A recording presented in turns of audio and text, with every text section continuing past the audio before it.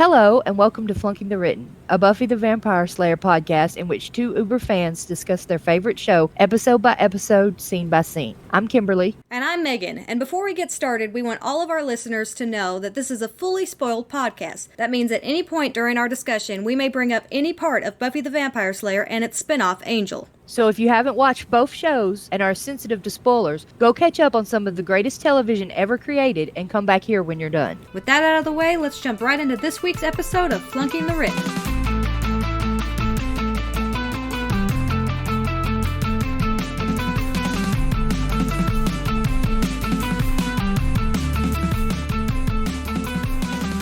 Alright, so let's get into our discussion of nightmares, and before we do the scene by scene, I'll do the blurb first this time. I'll switch it up. The nightmare world of a comatose child sends Buffy and her friends into a realm where their worst nightmares become reality. Which I remember you mentioning last week that you thought it was worst nightmares, and I made a comment that I don't think it's actually worst nightmares because some of the nightmares are kind of silly. But we'll get into that during our episode discussion, because I think for some of them that holds true, but I think this is early enough that you don't have, like, Xander and Willow specifically developed enough to know what their worst nightmares would be. I feel like that falls flat with the understanding of the full episode and the arcs of those characters, that those don't really make sense as the worst nightmares for those characters, but we'll let it pass. This is actually an interesting one. The story is by Joss Whedon. It is a teleplay by David Greenwalt and directed by Bruce Seth Green. So some definitely like heavy hitters for the first season. Oh yeah, so definitely. It's an interesting one because it was, I guess, the brainchild of Joss Whedon, and then David took over. So it's got both of their voices in there, and it's definitely a mixed bag of an episode for me. It's kind of silly, but it has some deep moments too. But overall, it's kind of silly. Mm-hmm. I thought it was funny, like, the amount of fears each one had. Because it was way different. Like, Willow has one fear. Yeah. I know that. Buffy has 4, but, you know, she's a main character. Giles has 3, and Xander only has 2. Which kind of makes sense until you think that it shows Cordelia with 3. So the amounts of nightmares people have was just funny. I just think it's really interesting that Willow has one fear, and it's stage fright. Mm-hmm. Which I feel like if you were really going to do this episode, it would be her worst fear is rejection, particularly rejection from Xander. But we already did that in the pack, so I could kind of understand them not wanting to do that again. And also that would be kind of deep to get into in this one. There's definitely already, I think, enough developed to where there are probably worse nightmares that I could come up with for these characters than what we actually get. But if it's just silly nightmares or whatever, I think that's fine. But you have a real imbalance because, like, the nightmares between Buffy and Giles get really dark, and then, like, the Xander and Willow stuff is pretty silly. But we'll get into that in the breakdown. So we start off in the Master's lair, and Buffy walks in. Yes. We have what I call the Master kind of dances around her. She walks behind a pillar, and the Master's like, whoop, and dances around her. And then the Master comes up. Buffy drops her stake. The Master approaches and grabs Buffy's neck, and then Joyce wakes Buffy up in her room as she's shouting no. And you can obviously tell from the scene that Buffy's, like, not supposed to be trying her best. Like, she's not trying her best. It is an interesting thing to watch with the finale in mind, and kind of knowing that this is probably a reoccurring dream for Buffy, that Buffy is genuinely scared about the Master and facing off against the Master. It is something that, because of what we understand about the Slayer's abilities to kind of predict the future through dreams, would make sense that that's something that's constantly bombarding her, is this fear of the Master. Because she knows it's going to happen eventually. Mm-hmm. Well, yeah, her mom wakes her up, and they have a discussion, and we find out that she's going to spend the weekend with her dad, and a little nervous about it. Yeah. What I will say, before I even really get into any of the dad stuff, I am so glad that they cut that one scene from Angel where it's, implied that Buffy was an accident, because had that been canon and then going into this episode, it would have made so many things in here like 10 times worse. Like, this is already a really rough episode for Buffy and her relationship with her parents and the divorce and everything. Or anybody who was watching who is the child of divorced parents. And then we have Buffy at school, and she's talking to Willow. And they're discussing why her parents got divorced. And Buffy says they just grew apart. They talked for a little while about it. Yeah, we get a little touch. We never really get a lot of Willow's home life, but Willow does talk a little bit about her parents and how they never bicker. They sometimes glare. But we've talked a little bit about how Willow's home life seems like one of the more normal home lives from what we've experienced of it. The only thing that I would really say that she maybe has to deal with is perhaps a little bit of neglect. A pressure to be perfect. Could be. We don't get that for sure, if that's something that's internal from her or if that's something that her parents pressure her into. We get one episode with her mom, which is an episode I don't return to very often, so I don't really remember how much about her mom. The witch one in season 3? Yeah. And there's a scene in, I think, season 5 where she mentions her mom about how proud her mom is that she's a lesbian. It's possible. I think that there's a scene like that somewhere. I can't remember when it is. Like, I know that her mom is for sure mentioned in season 5 after Buffy's mom dies. She talks about going and visiting her mom. But like the conversation is more like her mom is an academic. Yeah. And is like all proud of Willow because she thinks Willow is making a statement, not because she's proud of Willow as a person. Yeah. So I kind of get this perfectionist vibe from what she says about her mom and then the little we see her in season 3. Yep. I feel you. Like, it's not a very emotional household, which is, I guess, why she says her parents never fight. They just occasionally glare. But you do have a little hint here from Buffy starting out, which I think is a fear that a lot of children of divorced parents probably have. I don't have that experience personally, but I know kids who have and people that I know as adults who grew up under these circumstances. But she talks a little bit about expressing feelings that she wasn't a help in her parents' relationship, and that is something that we'll explore several times throughout this episode, including the most heart-wrenching scene, I think, yet in Buffy. She says several times that sometimes he comes down on weekends. And she's very adamant with that sometimes. Yeah. So, and then we move to a classroom, and we have Cordelia being Cordelia. Hello, Doofus. You're in my light. Wendell, what is wrong with you? Don't you know that she is the center of the universe and the rest of us merely revolve around her? Why don't you revolve yourselves out of my light? And a new student named Wendell, who has a fairly interesting and medium-sized part in this one. He's also doing an excellent cosplay of Tommy from Power Rangers.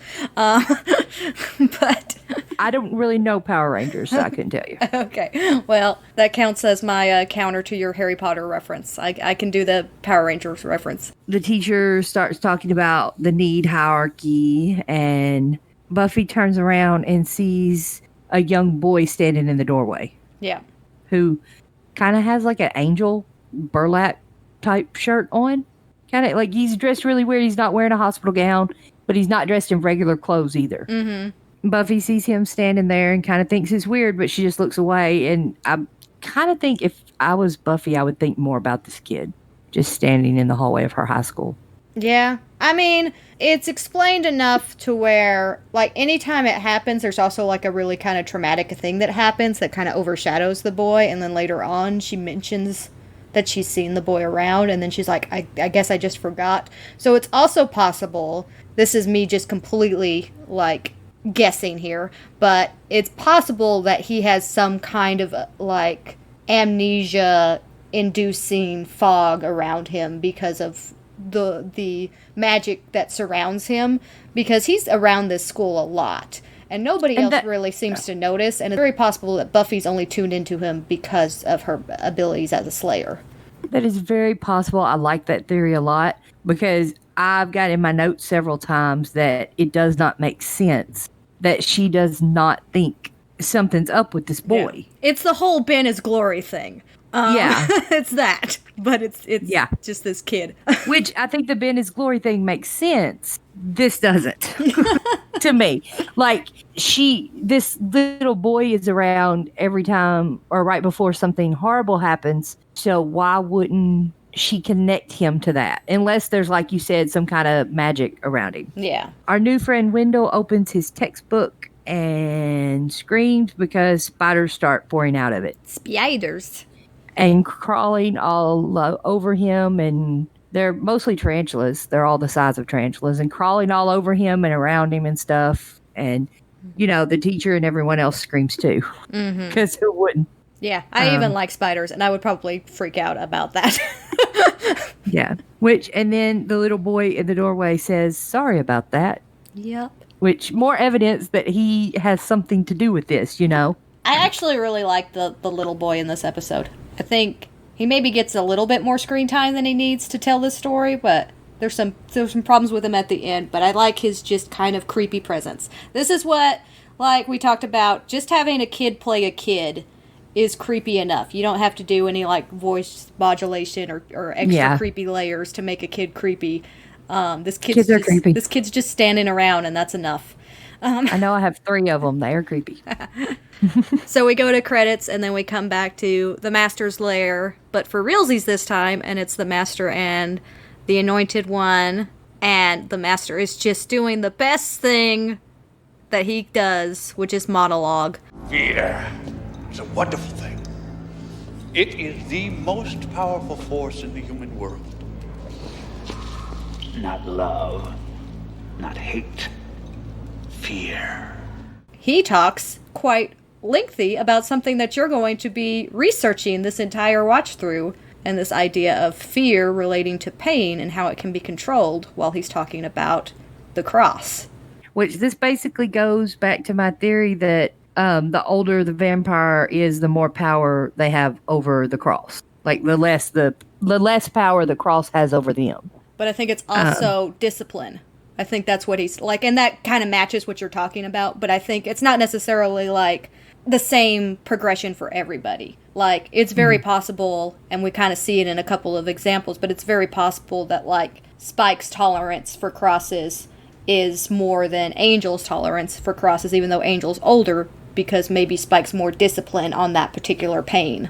Yep, the next scene we have Joyce driving Buffy to school, and they're discussing her dad coming to pick her up at school that day.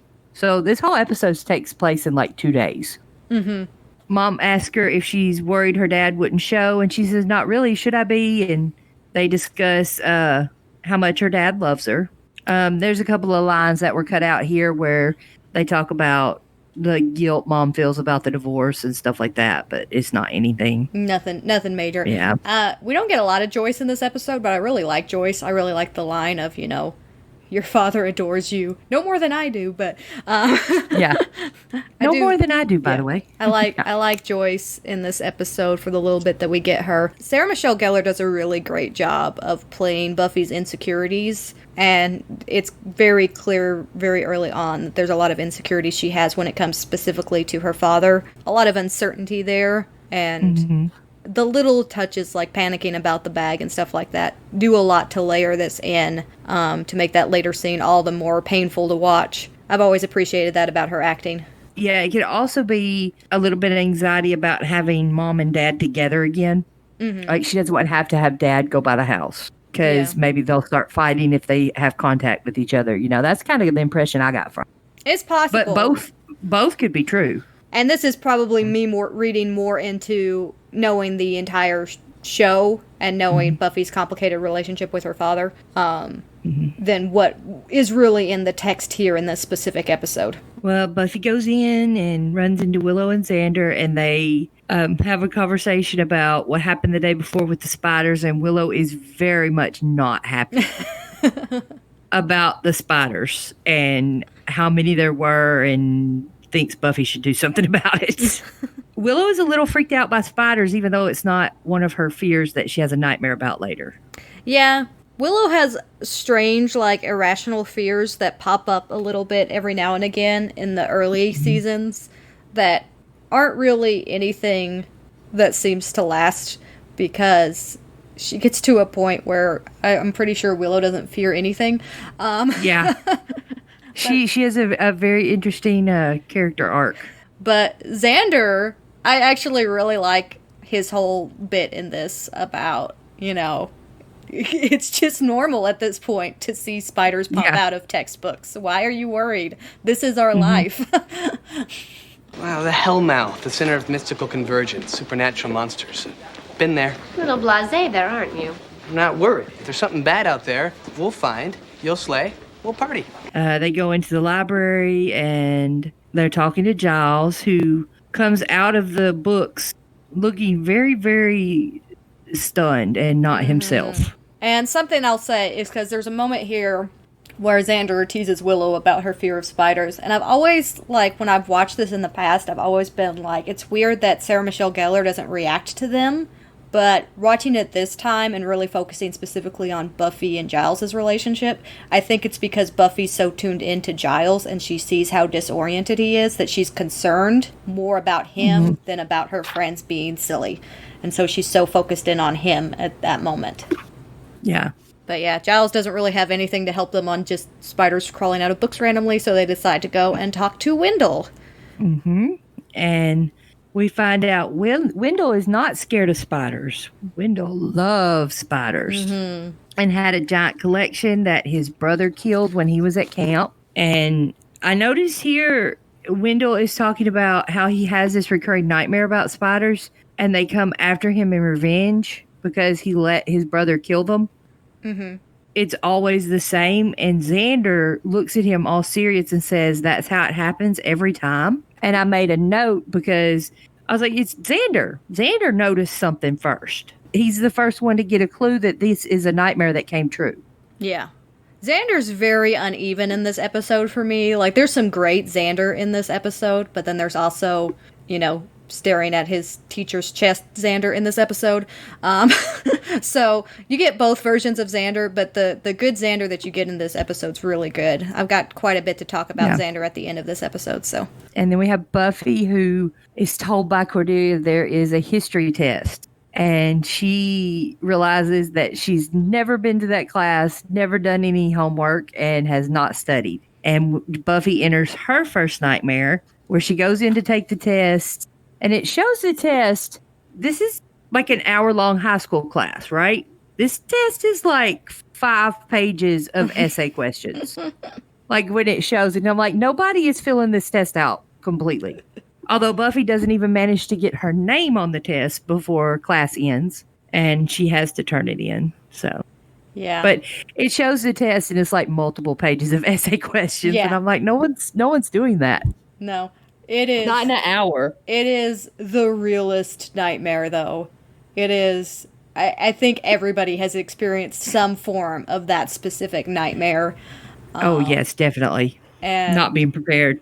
Oh man, still to this day, and I know it's not going away because I've heard people who are much older than me say they still have this dream. Still to this day, I regularly have the dream where it's the end of the semester and finals are coming and I haven't been to any of the classes and I don't know what I'm doing and I've got to go and take this test and I'm just in just complete panic mode. This is perhaps the most real Buffy ever gets, is this one scene. Yeah. Okay, so the next scene is 2 girls gossiping in a hallway, and we see Billy. I put a note that no one is paying attention to Billy. They're just ignoring him. So that kind of goes with your theory that he's got some magic around him.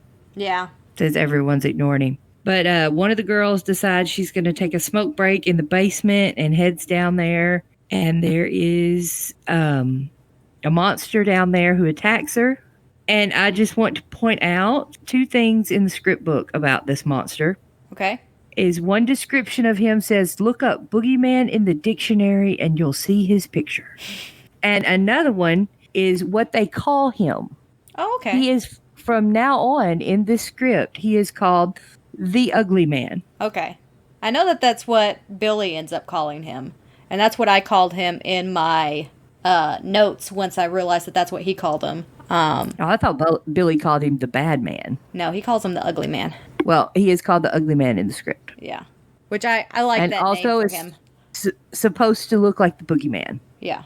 So, a couple of things to note about this ugly man.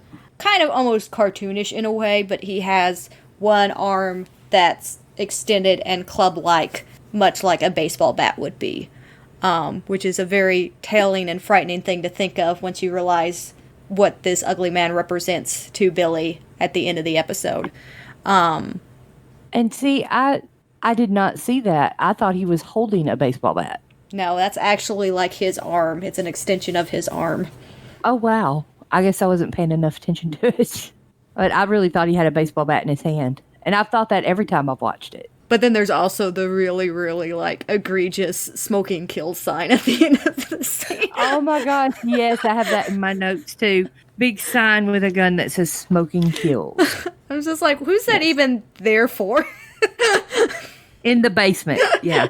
In the next scene, we have Giles and Buffy in the hospital. I have so many problems with everything at the hospital. So do I. So they go to the hospital to talk to Laura about who attacked her. And Laura seems to think that it's perfectly normal that the librarian from her school and a random student are questioning her about the attack. Yeah, like, it's... Not the police or a detective or even a social worker or a school counselor. No, the librarian and a random student. They get in there without any problem. Okay. Yeah, they get Yeah, and they just walk in. They get in there without any problem. There's no parents or nobody there with Laura. Laura's just left on her own. So add her to the a list. Nurse comes in at the end. Yeah. Add Laura to the list of people who have terrible home lives, apparently. Yes. Which seems to be most people in Sunnydale. But yeah, and then she just kind of accepts that and then tells them everything. Yes. It's weird. And then when they leave, they find her doctor who at first asks, "Are you family?" And Buffy's like, "Friends." And the doctor just kind of, "Oh, well," and tells them everything. Like her condition, what happened to her, how she's going to be. And then tells them about another patient who's in a coma and takes them to his room. And I'm like, I don't know when HIPAA went into effect. So I looked it up. I looked it up. It went into effect in 96. So there was clearly HIPAA he then. didn't get a memo. Apparently it is not a thing on the Hellmouth. Sunnydale runs a couple years behind everywhere else. I guess so.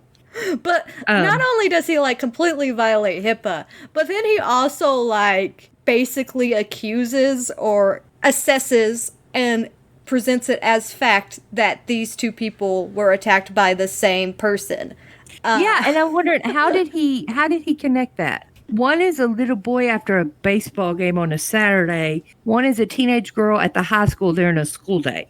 Clearly the same person attacked them. Oh, yes, definitely. Yeah, there's lots of issues with the hospital scene. And then we're back at the school, and we have way cool guys.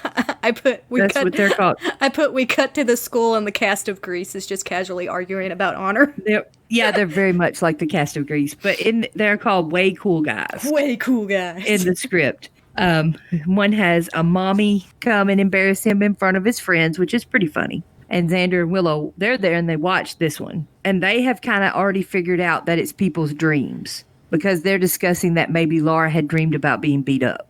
Yeah.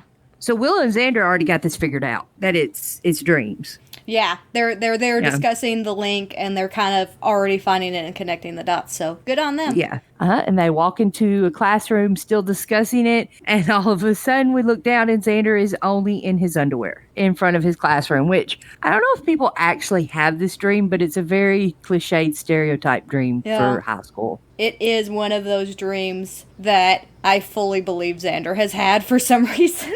Yeah. Like, it seems like, even though it's cliche, it seems like it's his version of cliche dreams to have. Maybe, and I don't get why he freaks out so much, because, like, he's wearing boxer shorts. not tidy whities or anything. So he's basically in a swimsuit. Yeah. And it it's just high seems school. weird. He's 16. It's awkward. Yes, but next season he's walking around in front of all kinds of students in a Speedo. So He gets a lot of confidence over the year. I'm just saying, it doesn't seem like something Xander would be that upset about. Yeah. You know, like maybe if he was naked. I just always cut to the idea of them purposefully like dressing Nicholas Brendan in very baggy clothes to try to hide the fact that he's, you know, a very Pretty built. Yeah. well physiqued man, and then they'll do stuff like this and just casually throw him in his underwear for an episode. Yeah. Yeah. It just seems like I just don't see most teenage guys being that freaked out about boxer shorts. But I mean, yeah. So he he's certainly doesn't freaked really out. help it by like screaming very high pitched and then running out of the room. True. We cut back to the library and it's Giles and Buffy walks in and Giles admits that he has forgotten how to read. Mm-hmm. And Buffy says, "Don't you read like 3 languages?" And Giles says, 5 actually, which I like that little interaction there. He's like, "No, it's 5. That is such a good nightmare for Giles. And like the stuff for Giles is so specific to Giles, and the stuff for Buffy for the most part, other than the universal, you know, having to take a test without not being at the class. But the stuff for Buffy is very specific to Buffy. And then you get kind of generic stuff with Xander and Willow. But I love that this is something that he has nightmares about, of not being able to read, because it seems so Giles. It is. Well, like, I'm a reader. I read all the time. I always have. And I have nightmares sometimes about going blind and not being able to read. Not really like this, forgetting how to read, but like not being able to see the words. Buffy finds the article about Billy Palmer and connects the dots and kind of remembers. Finally remembers the little boy. Yeah. Yeah. And I actually have my notes in here because she says, "It seemed weird him always being around, but with all the trouble, I forgot about it." Yeah. And I have in my notes, yeah, that's really weird. It doesn't make sense even in Sunnydale. But your theory makes sense. I wish they had addressed that in the show. Like, it fits so perfectly with the whole Ben is Glory thing, the type of magic that is, because people can see it in the moment, but then immediately start to forget about it.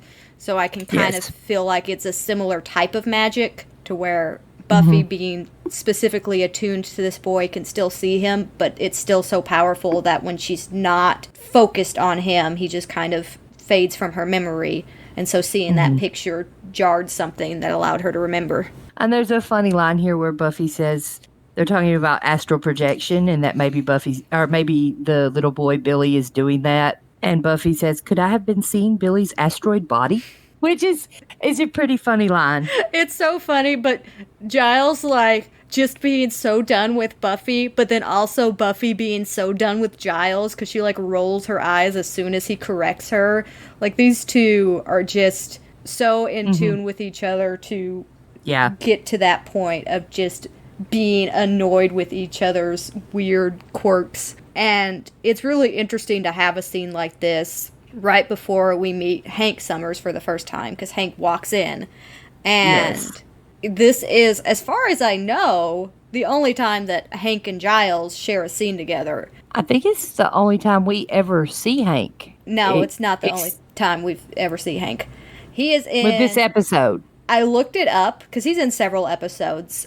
He's in. Is he? He's in this episode. He's in the first episode of season 2. He's in the Flashbacks. He's in flashbacks, and he's in the alternate reality episode in season 6. I was actually convinced that they had a couple of different people playing him because he was so irregular. But it is always Dean Butler. Dean Butler consistently plays Hank Summers in all of those different scenes. Okay, let me make sure. This is the only episode where he's actually there. It's not an alternate reality or a flashback. He comes in When She Was Bad. He has a scene with Joyce in When She Was Bad where he talks about Buffy was weird over the summer. Oh, yeah, when he brings her back and he bought her a lot of shoes. Mm-hmm. That's true. That is very true. When you said at the beginning of season 2, for some reason, I was thinking Anne, and that's the beginning of season 3. Yeah. And I was like, I don't think he's in that one. But yeah, you're right. You're right. But But I the was- season 6 one is all flashback, not flashbacks and Yeah, alternate everything reality. else is flashbacks or alternate realities or in Yeah. Buffy's brain. It's not really flashbacks; it's in Buffy's brain because it's at the end of season 5. But he is definitely not in there very often. So I kind of like forget what he looks like, and when he reappears, I always just assumed that they just kind of cast somebody random to play Buffy's dad. But it is the same person in each scene over, like, I mean, starting from this and then again in, like, season 6. I mean, he's very well spread out, and this actor returned every time, which I think is really cool. This is our first appearance of Hank and our only time to see him and Giles together, but, and I'm gonna talk about this a little bit, I don't think we can really say that this is Hank. I think this is a dream version that He didn't doesn't exist, really, because he doesn't retain any memories of it at the end of the episode. And everybody else remembers their dreams. And some people remember their stuff and some don't. Buffy remembers it. So it was just in her head. He had nothing to do with it. So Hank tells Buffy that he needs to talk to her. He takes her outside to a bench. And then I cry. yeah, it's pretty rough. You're old enough now to know the truth. Was there someone else? No, it was nothing like that. Then what was it? It was you. Me? Having you. Raising you, seeing you every day. I mean, do you have any idea what that's like? What? Gosh, you don't even see what's right in front of your face, do you? Well, big surprise there. All you ever think about is yourself. You get in trouble. You embarrass us with all the crazy stunts you pull. And do I have to go on? No. Please don't. You're sullen and rude, and you're not nearly as bright as I thought you were going to be. I mean, Buffy, let's be honest. Could you stand to live in the same house with a daughter like that? Why are you saying all these things? Because they're true. Oh, man. And use Buffy, her face, she's just destroyed during this because you could tell these are her worst fears. Yeah. And then she gets upset and he tells her how immature she's being because she's upset.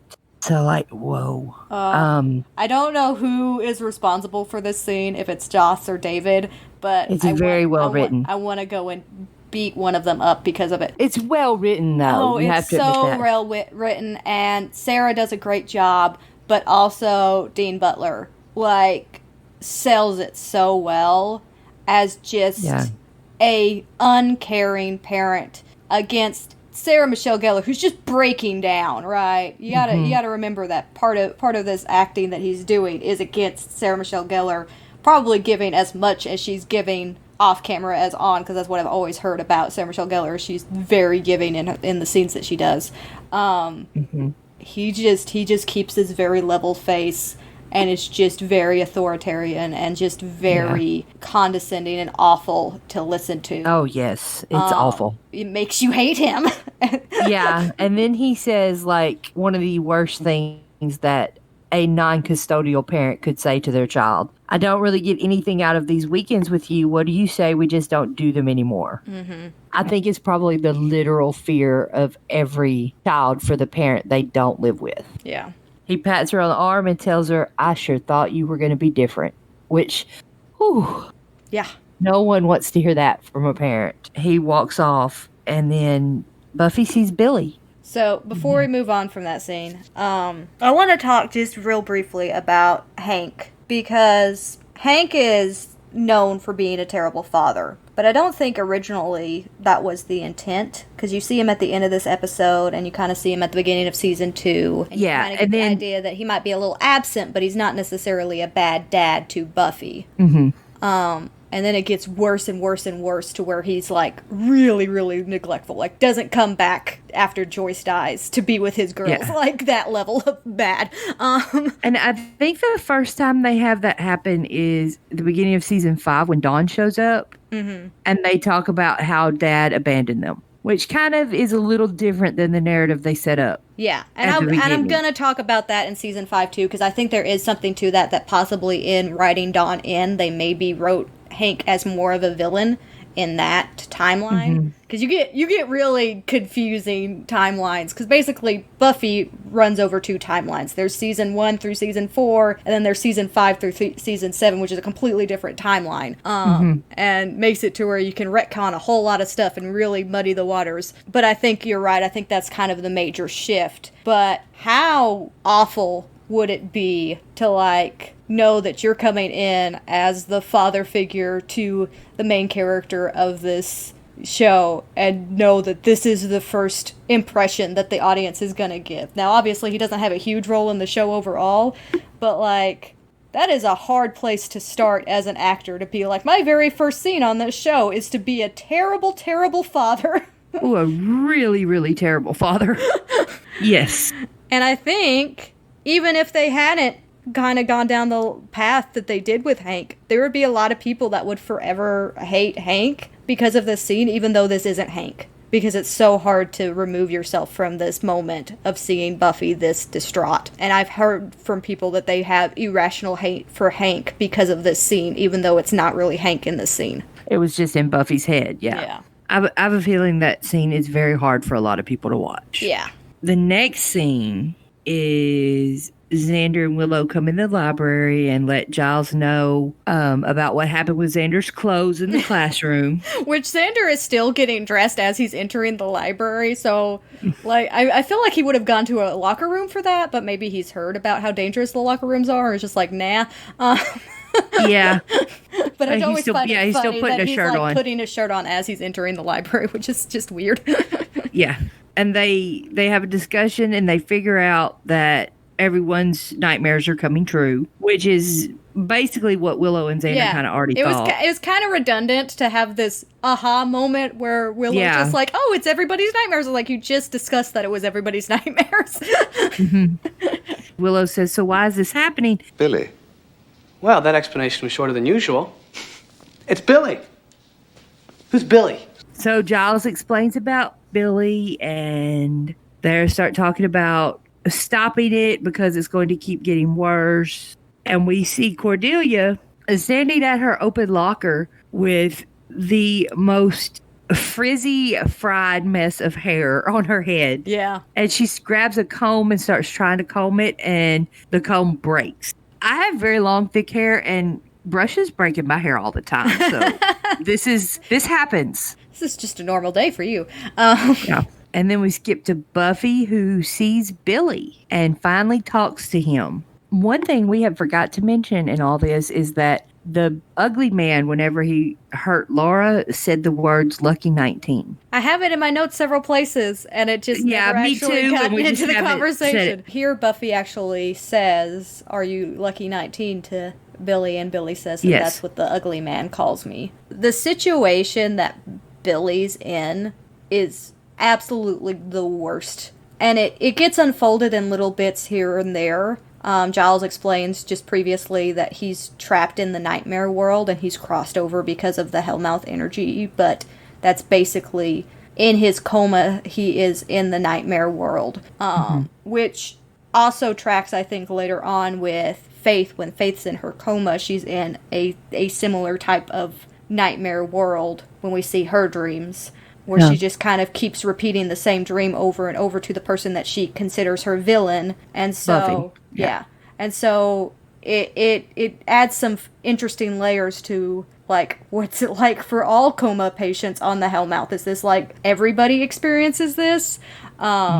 Which is terrifying to think of, but there's also layers of it later on when he talks about we have to hide. That's how it always happens. I hide, and then he comes, and you know that this is just what he's doing all the time. He's just repeatedly running and hiding, and then the ugly man shows up and attacks him. And that's what he's been experiencing for a week solid at this point. Which is horrible. I'm not sure that all of the coma patients in Sunnydale could be in this, because, like, Billy and Faith are drawn to Buffy when they're in this. You know, they're both exactly where she is. And I don't know, I think if it was all of them, then possibly Buffy would be surrounded by coma patients all the time. Yeah. And the scene when Buffy and Billy are talking to each other is kind of interesting, but because it happens in the gym on the around the bleachers. In the script book, it happens in the kitchen of the cafeteria. No. Doesn't really make a difference in anything that happens. I just thought it was interesting. Yeah, I feel like the gym's more fitting. I feel like that would be more where Billy would be drawn to, just because of his background in sports. I like the setting that they chose specifically, I think, because it makes more sense for it to be empty the way it is, and for the ugly man to be able to attack Buffy in the way he does. Which he, like, clocks her complete in the face, and she just kind of turns around and gets back up. Buffy's tough, but Buffy is tough. he is framed as being too tough for Buffy, which is always interesting when we get villains like that. I think Buffy sometimes runs from villains she could easily defeat just because she's trying to figure things out. Yeah, which is not a bad strategy.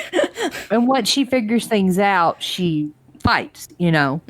The next scene is Xander, Willow, and Giles leaving the library to find Buffy because Buffy does not know what is happening. And Giles mentions that given the sort of things that Buffy dreams about, it's important to find her. Yeah.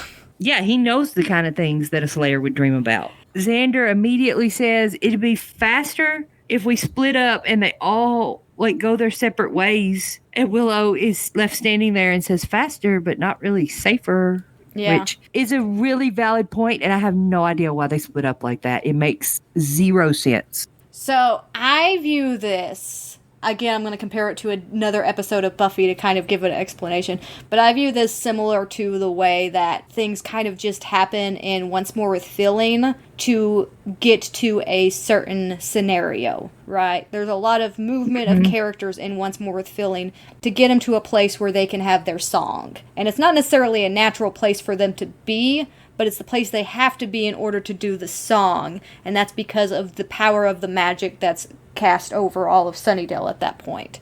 And I think this is a illogical thing for them to do in this moment, but the magic requires them to do it so that they can have their nightmare scenarios. Yeah, I guess so. Because you even have a little later on where Willow is literally called to, and she feels compelled to walk towards it, even though it doesn't make sense. Oh, yeah, that makes no sense. I guess that yeah, because it's part of the nightmare. I can see that. So next is just Buffy barricading the door after escaping from the ugly man, and she talks to Billy briefly, and this is where he mentions that this is how it works. We hide, and then he comes, and so they run off, and then we cut back to Willow, who sees Cordy, who is being dragged into the chess club while wearing a very non-Cordelia outfit. No! What are you doing? No! You don't understand how plans go! I'm not even on the chess team, I swear I'm not! Which makes 3 nightmares for Cordelia, who's basically not even in this episode, while Willow only has 1 nightmare. I just find it interesting the number of nightmares each character has. Yeah, I love that she has a nightmare that so matches her character as well. Oh, yes, definitely. These are very Cordelia nightmares. Yeah. And then we not get... even on the chess team. Yeah. And then we get into, like, the Xander and Willow stuff. And I think the Xander and Willow nightmares are the weakest part of this episode. But there is some cool stuff in the Willow section that we'll get to. But this is where Willow hears the voice, and she goes into the basement. And she's, like, even, like, saying, I'm not afraid. You think I'd be afraid, but I'm not. And, like, keep walking across. It makes no sense other than the fact that it's a nightmare forcing her into because what's this happening scenario. because what's happening is terrifying. Yeah. I'm not going to avoid a voice in the dark that's going, Kimberly, Kimberly. Like, who would do that? But yeah, she gets grabbed and screams. And then we cut to Xander, who walks into a hall and sees swastikas everywhere on the wall. And that, coupled with the fact that he made a comment about Nazis crawling on his face earlier in the episode, I'm just like, where is this going? But it doesn't really go anywhere. It's clearly going towards a giant clown. That's where it's going. Yes, because that makes total sense.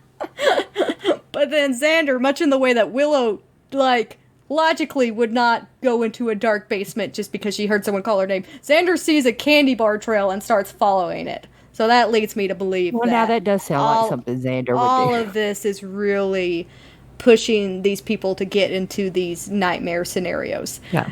And I would agree that sounds a little bit more like, I mean, I think anybody would rather follow a trail of candy bars than go into a dark basement when they hear their name called in a creepy voice. Yes. I probably wouldn't do either. Next is Billy and Buffy, where Billy watches the baseball game. Buffy's confused because she thought she was going to the library. And Billy is really upset watching the kids play baseball and tells Buffy that it was his fault he lost. When she explains that, there's 9 or 8 other players on the team, it's not your fault. That's when we find out that the ugly man hurt Billy after the game because he said it was Billy's fault they lost. So right away we can kind of, I the very first time I watched this, I thought it was his father. Yeah. Not his coach, but which I think there's coach even makes sense. Yeah, I think there's even a reference towards that at the end where Xander says, "I'm surprised it wasn't one of the parents." Yeah. But yeah, it's clear that this kid was abused by someone he knows. Yeah, and then they see the ugly man coming again, so they take off running to hide from him again, and they run through a hedge, and on the other side it's night and a cemetery. Mm-hmm. So then we go back to Willow, who is backstage being prepared. She's in full costume and makeup, being prepared to go out and perform a song from Madame Butterfly.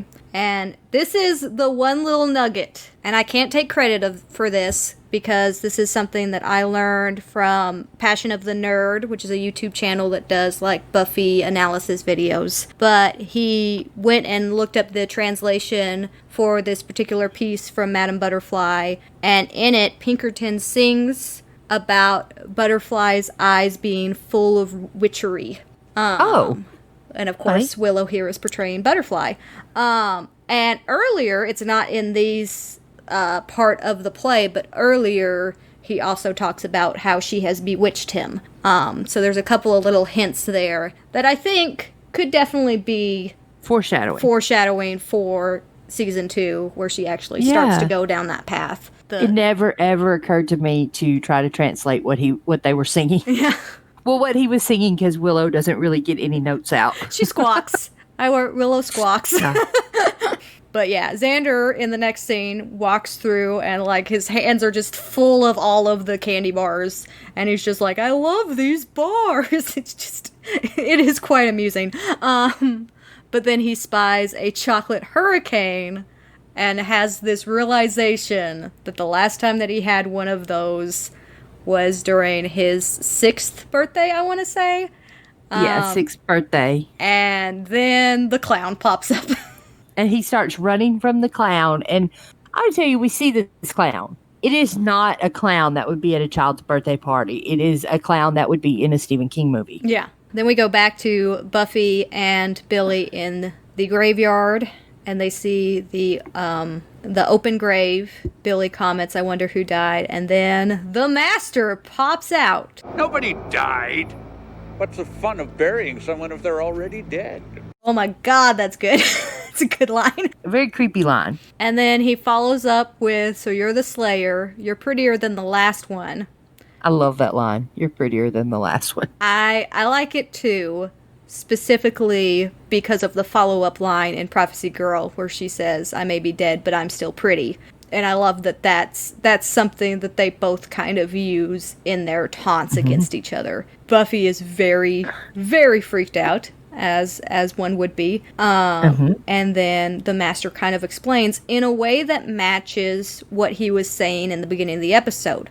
So this is my question to you, because we've already kind of discussed Hank not actually being Hank. But is this actually the Master? Because he's talking about it in a way that it's actually him, in this idea of he is free because she fears it. Yeah, I do not think that this is actually the Master. And I will explain why at the very end of the episode. Because there is a scene that was cut with the Master and Colin. Okay. Because I know it felt like they were going somewhere with the Master and then they kind of left him off. So I'm not surprised that something got cut. It is why I think that he was not actually in the scene. So he buries her alive in a coffin, which will not be the last time that Buffy is buried alive. And fun fact, legitimately, one of Sarah Michelle Gellar's greatest fears is being buried alive. Really? Yeah. Maybe No. because it happened to her so many times during the course of Buffy. I mean, I think it existed before Buffy, and then they were just like, hey, you know what would be fun if we did that thing that you would hate us doing all the time. Oh, poor Sarah Michelle Gellar. then we go back and we have Xander and Willow find each other. She's fine, Buffy. I had to sing very bad. Just Willow, sing. come on. Let's find the others. What happened to you? Remember my 6th birthday party? Oh, yeah, when the clown chased you and you got so scared that you had... Oh.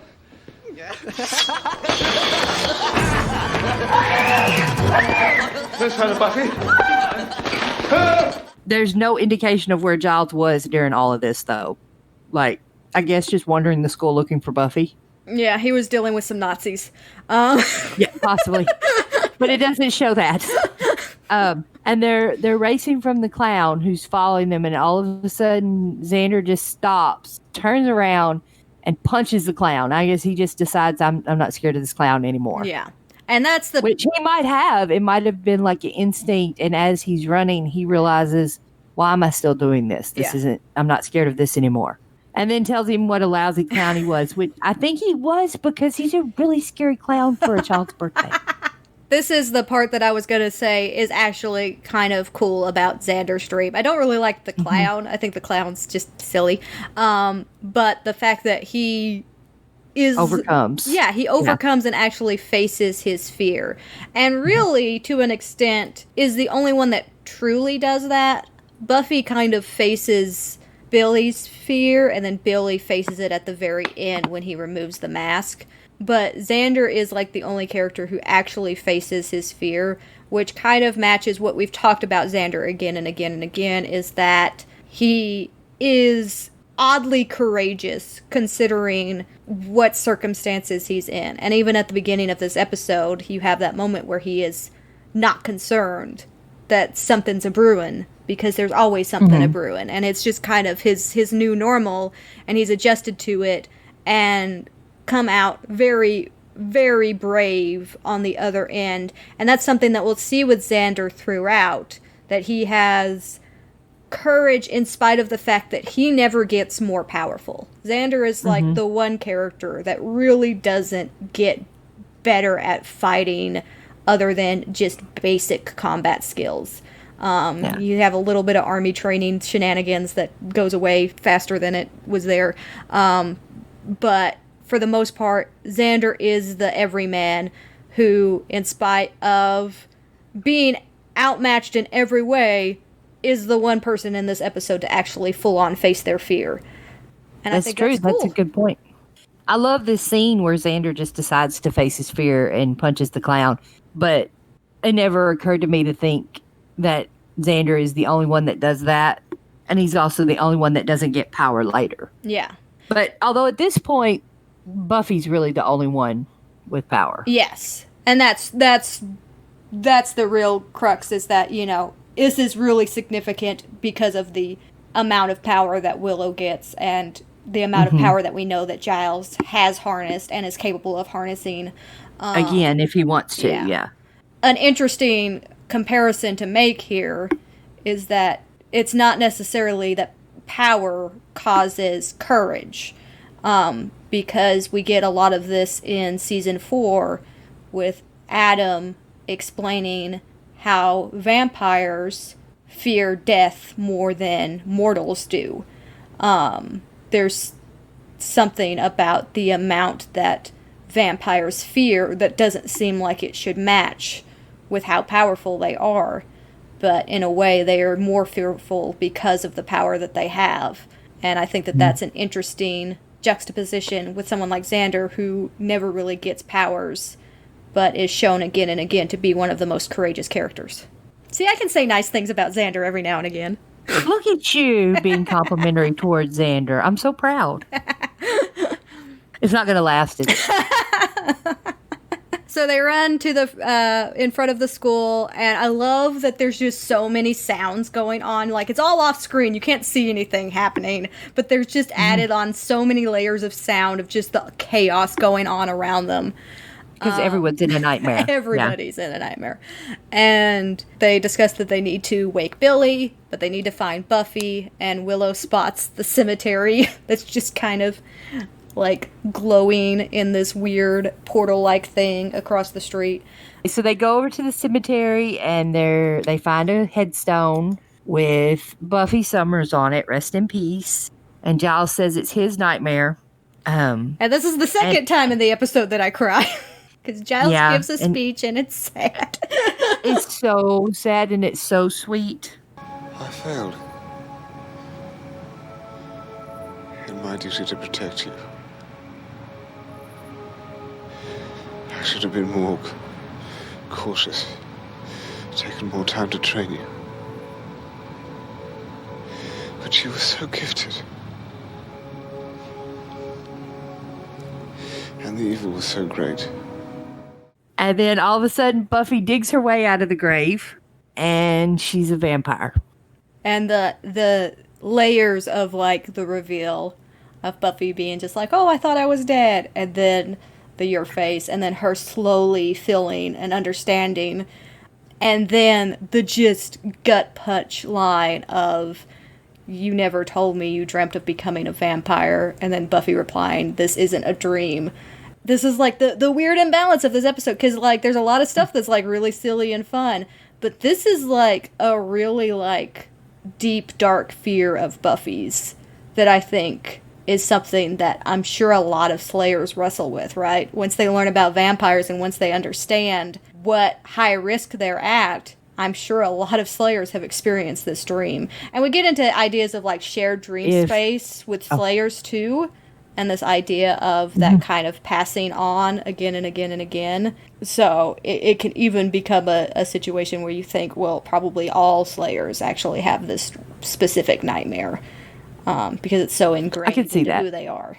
I'm actually curious if there's ever been a Slayer that was turned into a vampire. Yeah, I don't recall anything like that, but I'm sure there's a comic book or a novel somewhere out there that's done it. Yeah, I would like to read that. Yeah.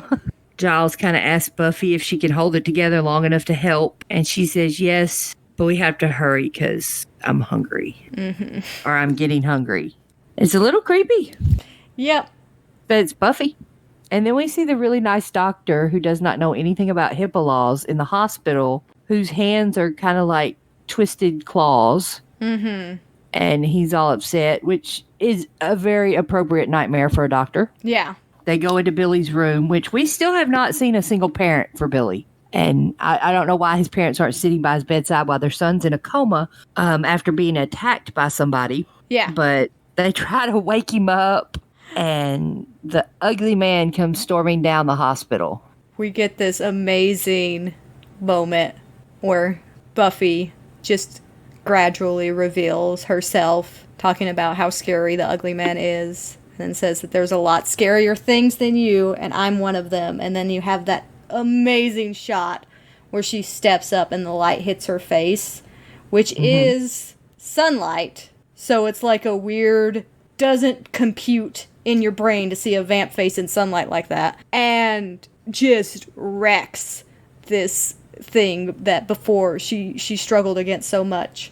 And then you have that ultimate question of, what is a Slayer that's been turned into a vampire? What is that power? Like, yeah.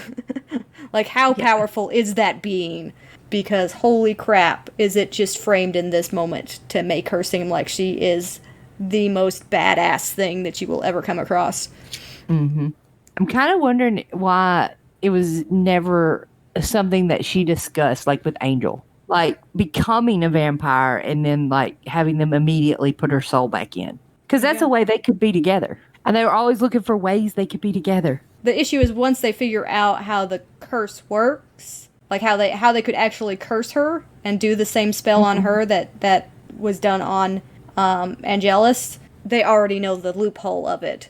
So they already can't be happy together because of the loophole of it. So it really doesn't fix anything. They would just both lose their soul, potentially. Well, it's still something they could have discussed. I'd have thought about it.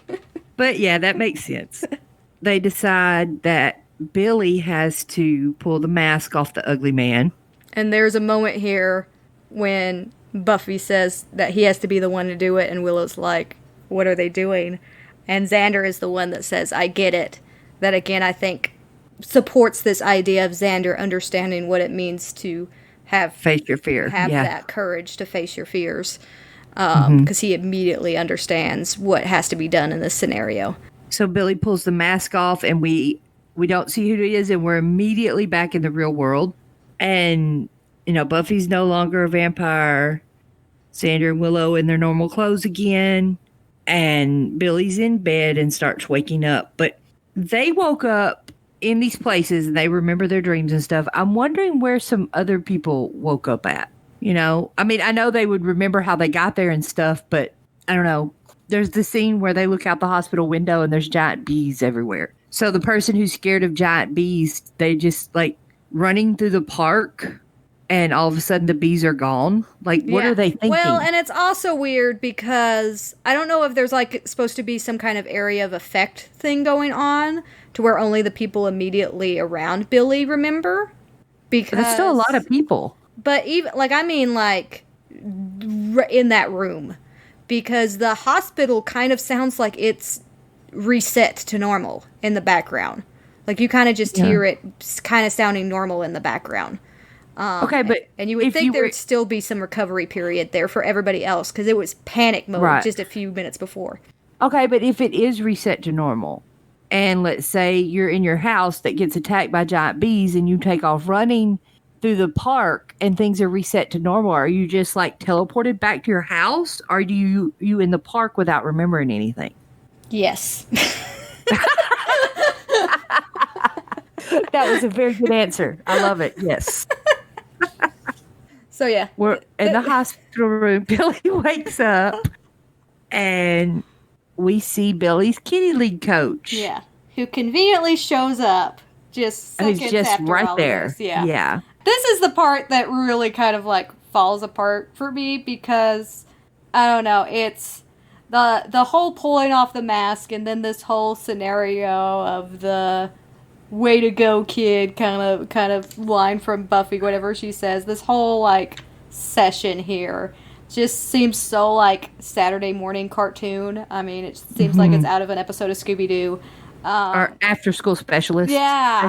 It doesn't really match the tone of the episode.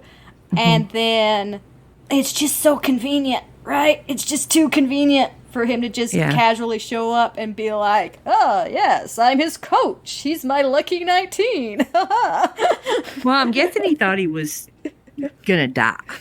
Yeah, or something. Which gives us a whole nother side to this kitty league coach. Also, if that's what he was hoping for, and he was showing up at that hospital every day, which clearly the parents weren't there, based on what we know, and the nurse staff is only in there infrequently, he probably could have figured out a way to finish off that kid too, but maybe he's not quite that cool. I don't know.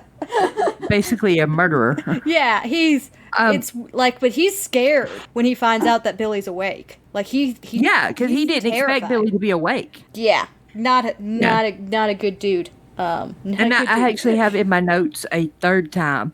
Where are Billy's mom and dad? And then they are back at school. I guess school reset. I guess this all happened in one day. That's the thing. Yeah, that's the thing that always kills me about this episode. It's this is one day. It's a very casual Friday. And she's saying goodbye to Xander and Willow, and her dad picks her up, gives her a big hug, and tells her how happy he is and how much fun they're gonna have, and very different dad than in her dream. Yeah, we get the good Hank for a fraction of a second. Yeah, he's like, hey, yay, how was your day? And then you're that's and then bye. Yeah, and then it cuts back to Willow and Xander, and Willow asks Xander a very important question as to when Buffy was a vampire, was he still attracted to her? He dodges the question at first, and then is and I need help. Yeah, which he doesn't understand how she could be attracted to Angel. It's a little different, but still. It's weird. It's weird because I think it should be like a growing point for Xander, but it's played as a joke. Because what we've established about Xander so far is how much he hates vampires. That is Especially Angel. That is like a main plot line for Xander for the series, is his hate of vampires. And seeing Buffy as a vampire and still knowing that he can have love for Buffy as a vampire should reframe that way of thinking, but it's just a throwaway joke here.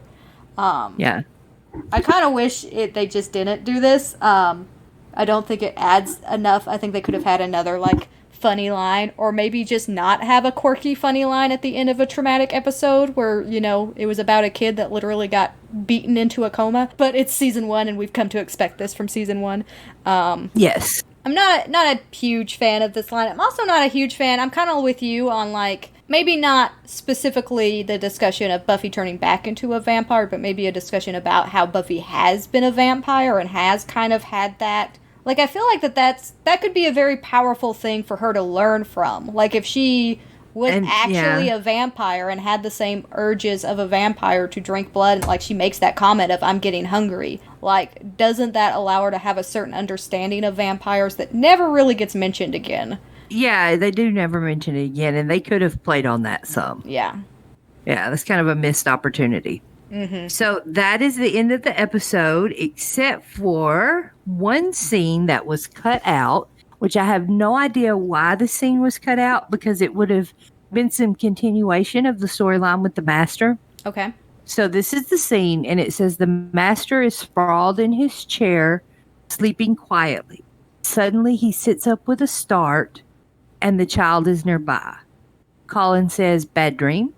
And the Master nods, but is not unhappy at all. He turns to the child and says, "Horrible." So this scene is why I think that the Master was not actually there. He was in Buffy's dream. Yeah. But it was also his dream. Yeah. It's very confusing how it all works as far as who's actually in the dream. Because I think the thing that also confuses me is that Cordelia's in Buffy's dream about the history test.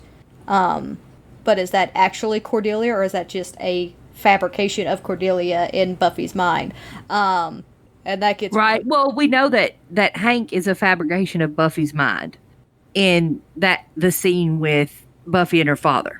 That was my initial assumption, but now I'm also wondering if it's possible that the way that the thing resets after the spell is removed, after the mask has been pulled off, if in fact it was just the people immediately around him that remember and nobody else remembers, which was the other. Well, so reading.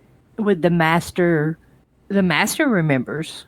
He wasn't immediately around. He woke up and remembered what happened. in the scene that was cut. Yeah, it seems like it's done in a way like everybody's super chill at the end of the episode. Like, I mean, this is still Friday. This is the end of the school day after all of this insanity happened. It makes it seem, in the way that this episode is shot, is that nobody else remembers the nightmares. But then in the initial script, it seems that maybe the Master is that because he's supernatural and more in tune to it, or more in tune with the Hellmouth, which is what's causing the Nightmare World crossover to happen in the first place. Well, he is sitting directly on the Hellmouth. Yeah. So maybe. There's ways that you could explain it away. It becomes a place where I think every explanation I find still has like a plot hole somewhere else, which goes to show how much of this Monster of the Week type stuff that they were doing at the beginning wasn't really thought out as far as the methodology of how it works, so much as the message that they were trying to get across. Yes, and I enjoy the seasons when there's a lot more continuity between episodes, where there's one big bad for the season, but there's also like big bads that last 2 or 3 episodes that they work together to fight, you know? Well, and also Joss Whedon has said story kind of trumps everything, so there are specific continuity errors that people point out all the time. Some of them he didn't realize were there, and some of them he talks about, that was discussed in the writer's room, but it was more important to tell the story that we wanted to tell than necessarily match this specific rule that we had assigned ourselves. And so Yeah. that's something that you kind of have to make a little bit of peace with in Buffy, that every now and again they just break the rules because they want to tell a certain story. Oh, and I'm fine with it. I get lost in the show and don't really think about it when I'm doing a binge of watching Buffy. But it's interesting to talk about when we're doing this. Oh yeah. I love overanalyzing and get unnecessarily nitpicky on stuff. It's great. It's like one of my But favorite it things does to do. not mean that we are not huge fans that don't love all of the show and watching the show. Yeah. You know. That's a big, like, I would not spend near as much time picking apart a show that I hate as I pick apart shows that I love. If I'm picking a show apart and, like, looking at all of the little bits of it, it's because I love that show. I am not one that enjoys overanalyzing stuff I don't want to watch. That was Nightmares. Like I said. Yes, that was a lot of fun. Pretty uneven episode, but has some good high points and has a couple of I think it ranks up in the higher end of season 1 for me. I really enjoy this episode. And next week is Out of Sight, Out of Mind, which I find a very confusing title. Just not yes, because it's actually out of mind, out of sight. It's not what the actual saying backwards. is. Yeah, I get that. I get that confused all the time myself too. But I actually find it a very disturbing episode. Oh, like, yeah. the whole premise of what happens, just like, oh wow, you know. Yeah. You want to talk about dark episodes? Woohoo! Yeah. All right. Hey, goodbye. Awkward outro.